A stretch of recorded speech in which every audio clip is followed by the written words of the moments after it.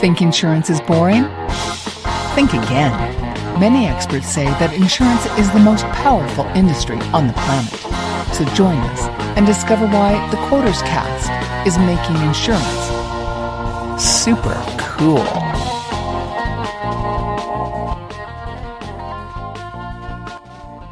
I just want to do a little bit of an intro, and then you can see how well I did, and and we'll go from there.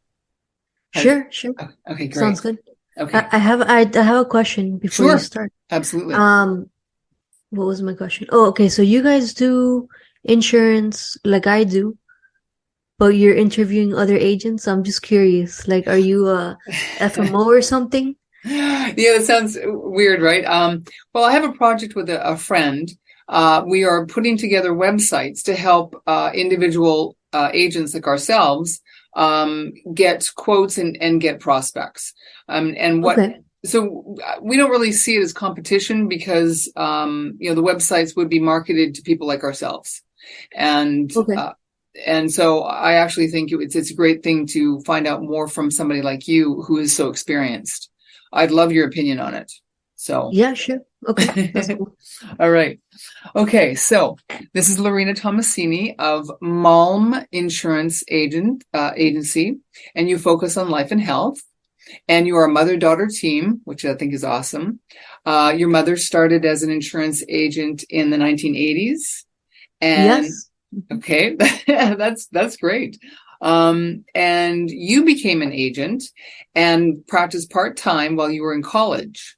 And you've been in business now for 15 years, and which is amazing. And so is there anything you want to add to that, Lorena?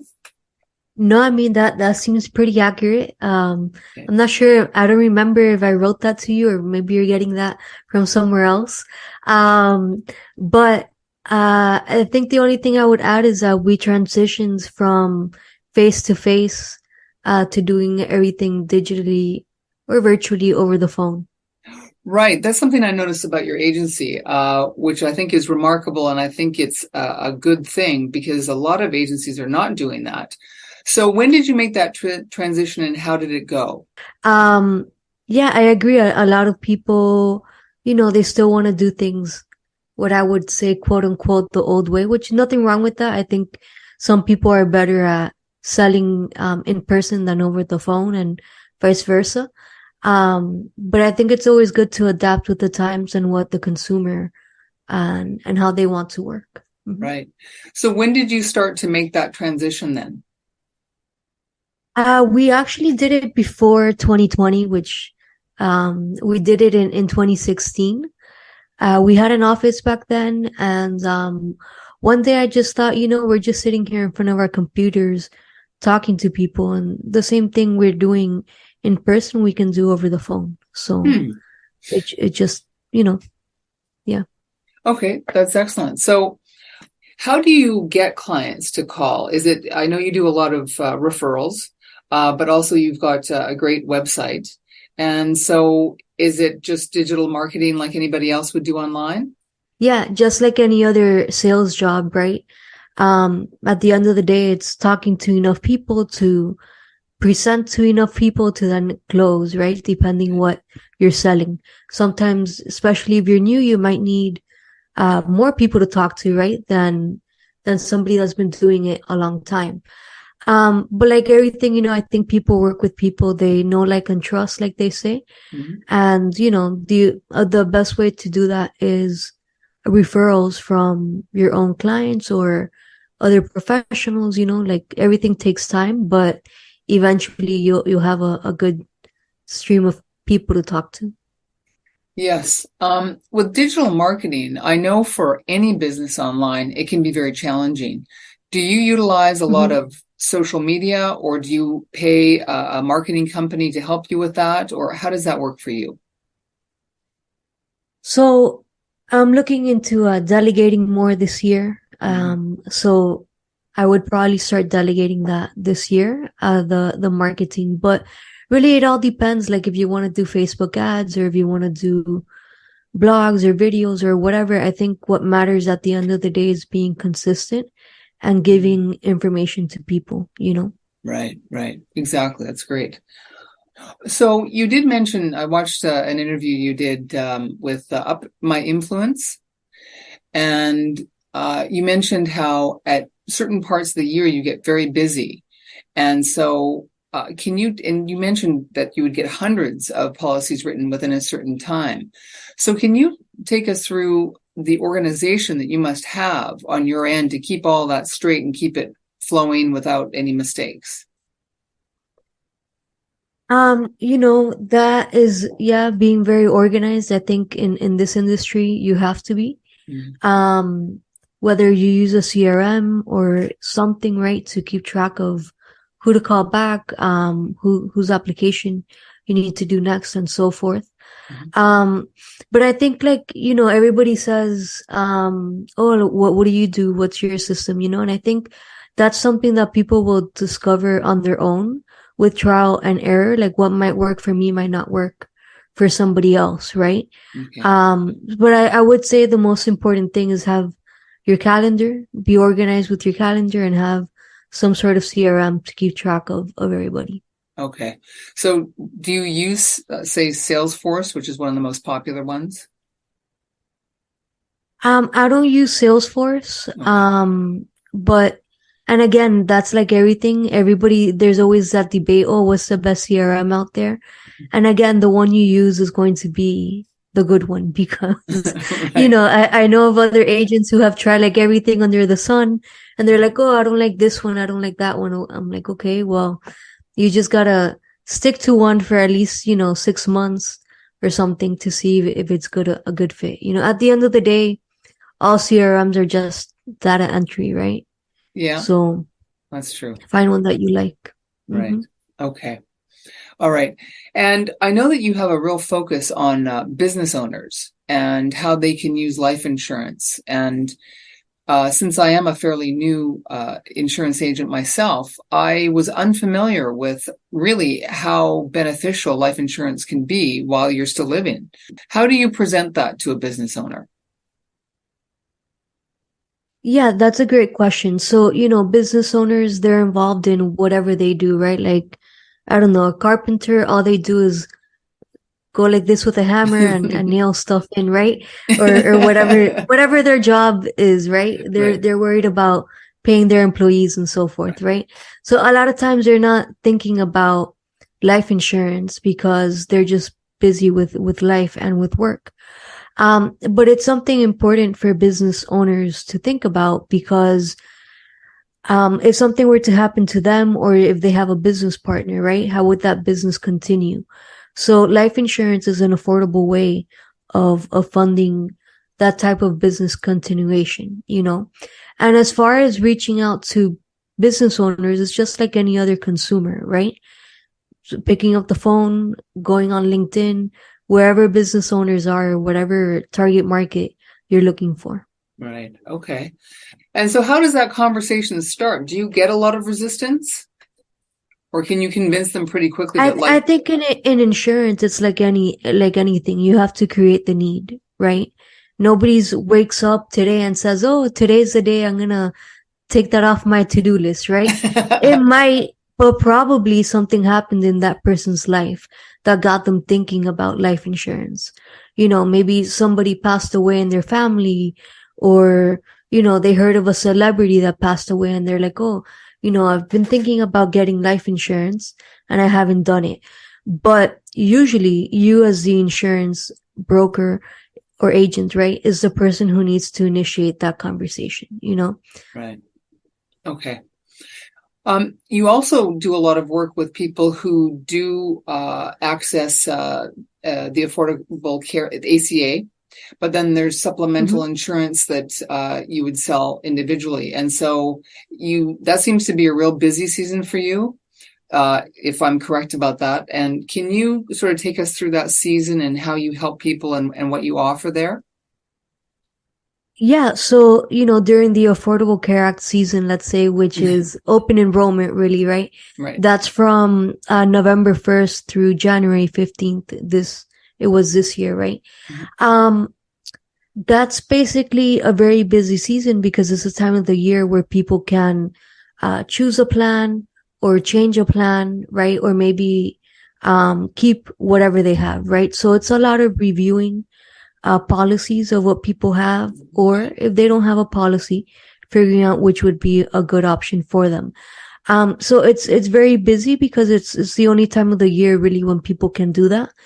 Outside of that time frame, it would only be because of a special enrollment period, like moving and losing health insurance, or getting divorced and losing health insurance, like a life change that made you lose health insurance, or maybe now eligible for health insurance, like a lot of people that gain immigration status. Mm-hmm.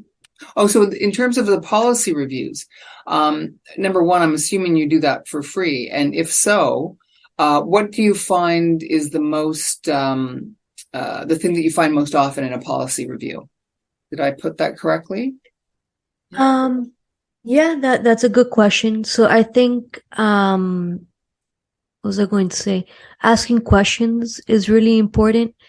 And questions that are not yes or no answers, right, but open-ended questions. So that way you can really determine what the need of this person is, because the consumer themselves aren't going to know that. And us as professionals, that's part of our job, right? Is discovering that. And so depending what you're doing, whether it's life insurance, you might find people who did a policy 5 years ago and never looked at it again. They don't even know what they have or who their beneficiaries are, right? And the same thing with health, like you find people that they got a plan and they have no idea why they got it, or they just like the name of the company and that's why they got it. But that doesn't necessarily mean that that's really the best fit for that person. Right. So is it safe to say that oftentimes the amount that they get is they underestimate how much they need, and that at the end of it, like when they're passing it along, how far the money will go and what they can do with it?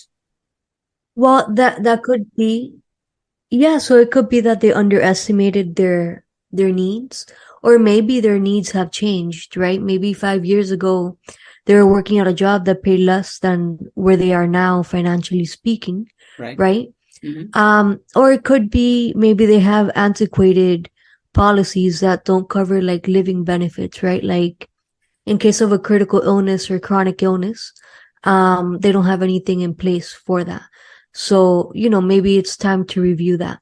It could also be the opposite, that they're overinsured, which you don't find often, to be honest, right? Mm-hmm. But that could be the case. Maybe they bought a policy to cover a mortgage and, they paid off that mortgage. So do they really need that additional coverage? I always say you always need money. One, with inflation, right? As we've seen. If you already have the policy, why not just keep it, right? Because people also have to look at if they're insurable, because sometimes they might not be insurable anymore, right? When we're looking at life insurance. Yeah, that's a really good point. How often do you get into the cash value aspect of whole life? Because that can be very beneficial for business owners as well as individuals and families.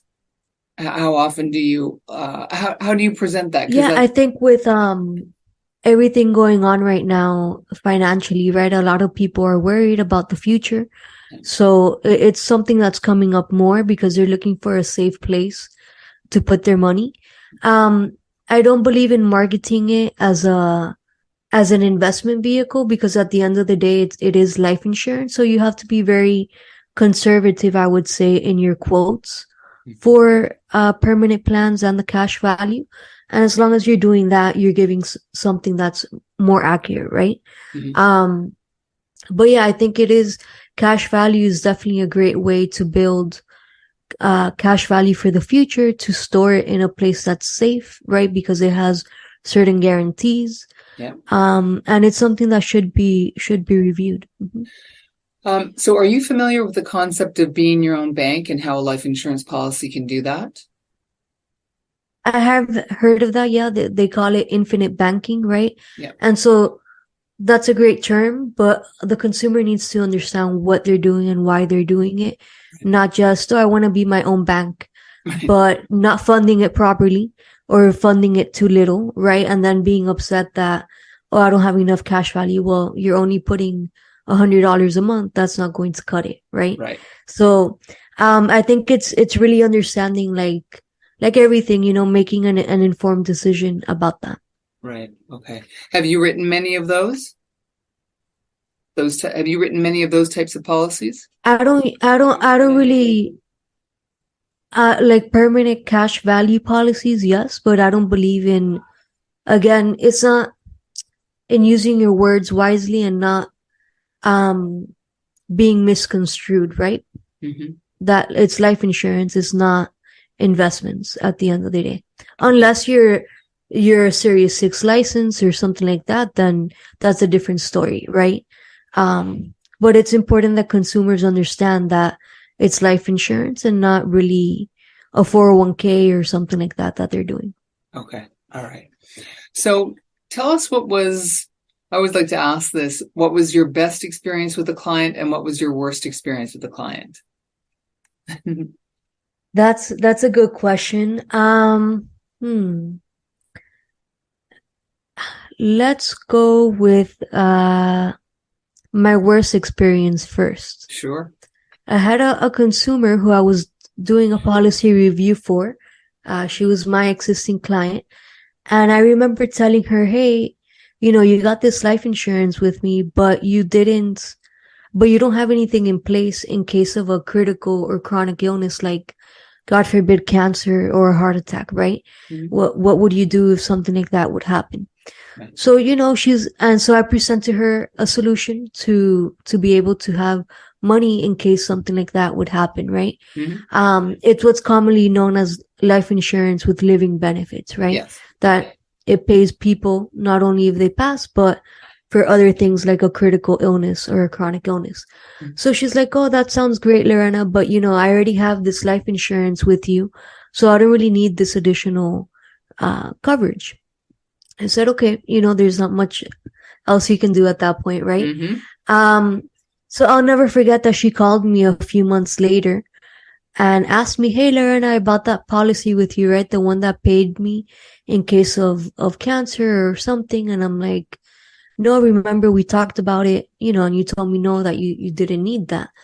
But what's going on? Because, if somebody's asking you a question like that, something probably happens.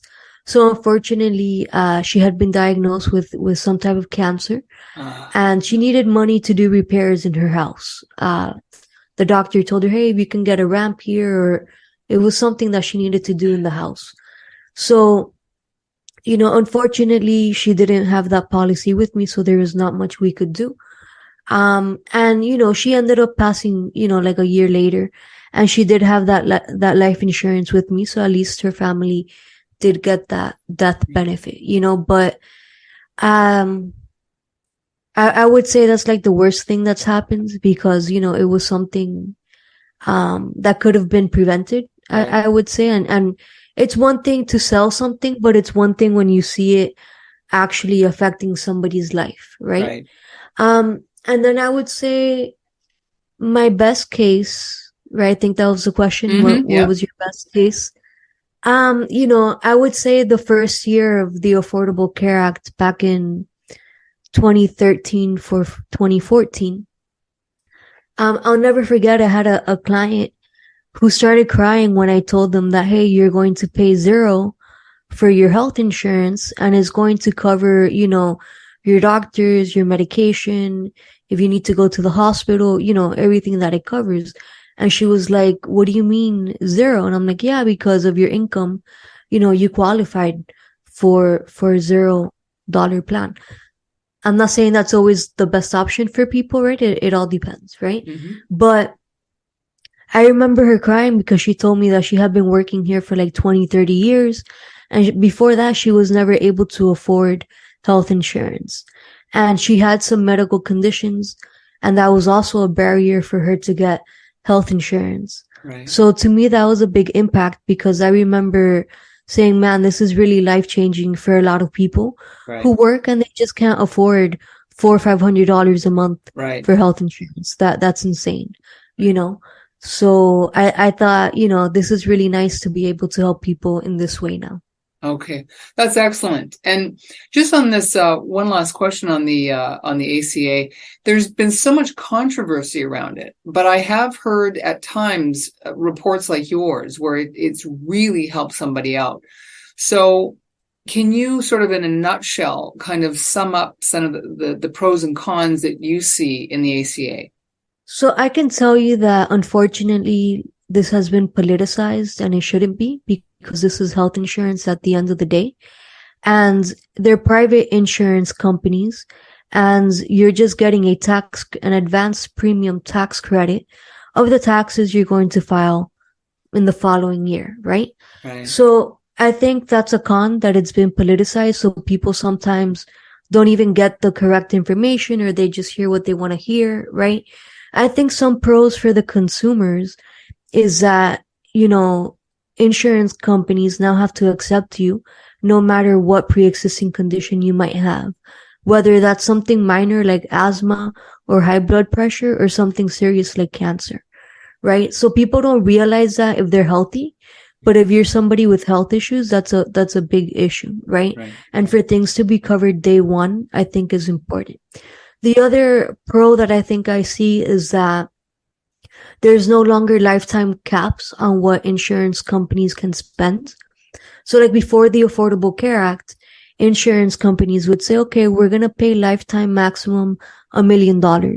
So if somebody's, dying of cancer in a hospital, they're going to reach that $1 million fairly quickly. And then once they would reach that, they would basically be uninsured. So part of the Affordable Care Act is that it got rid of the lifetime cap. So now there's no lifetime cap. So if that insurance company has to spend $10 million on that cancer patient, well, that's what they have to do, right? And one last positive thing I would say is also, of course, the tax credits. Because of course, based on income and family size is how you qualify for those tax credits. So it's not like how people say, oh, if you're not working, oh, if this and that, no, you need to be here legally and you need to work or depend on somebody that works in order to qualify for that tax credit. The government hasn't gone here crazy giving people money, right? That's not it. I would say something negative. Maybe some people with certain higher incomes don't qualify for a tax credit to help them pay for the insurance. Right. And so insurance has gone up, like the premium, because now all those things that I mentioned, right? If I have to accept everybody, then I'm taking on a higher risk in my risk pool, right? If we're looking at it that way. Yeah. But at the end of the day, also your insurance has to be less than I believe it's like 9.5 or 8.5% of your income. So it's always going to still technically be affordable, right? And most high income net worth individuals probably get insurance through their employer to begin with. Right. So it's like everything, right? Those that don't like it is because they're making maybe a little bit too much income and don't qualify for the tax credit, but it should still be affordable based on their income. Right. So it sounds like you're kind of an expert in this area on that policy when it comes to the ACA. Would you consider yourself an expert? I mean, I would hope I was what I would say a pioneer. Like we were looking at the Affordable Care Act, 6, 7, 8 months before it even started for consumers and really trying to get information so that we could inform the public. We used to go to like do events and talk to people about what this new law is and how it would affect them. And then, once the marketplace opens, we were right there, dealing with all the issues with the website and everything. Now it's a lot better. Now it's nothing compared to that first year. Right. But I believe if you're, if you're in this industry, it's because you like helping people at the end of the day. Yeah, that's excellent, Lorena. That's excellent. So why don't you tell everybody where you're located and how they can get a hold of you? Sure. So I'm here in Miami, Florida. Okay. I also speak Spanish, by the way. Excellent. And I'm licensed in Florida, Texas, and Nebraska. All right. That's great. I love it. And so is there anything else that you want to add? This has been great, by the way. No, I think it has been a great interview, and I don't have anything else to add. I appreciate the opportunity. Oh, it's my pleasure. And thank you, Lorena. And I wish you continued success. Thank you so much. Thank you. All right. Bye now.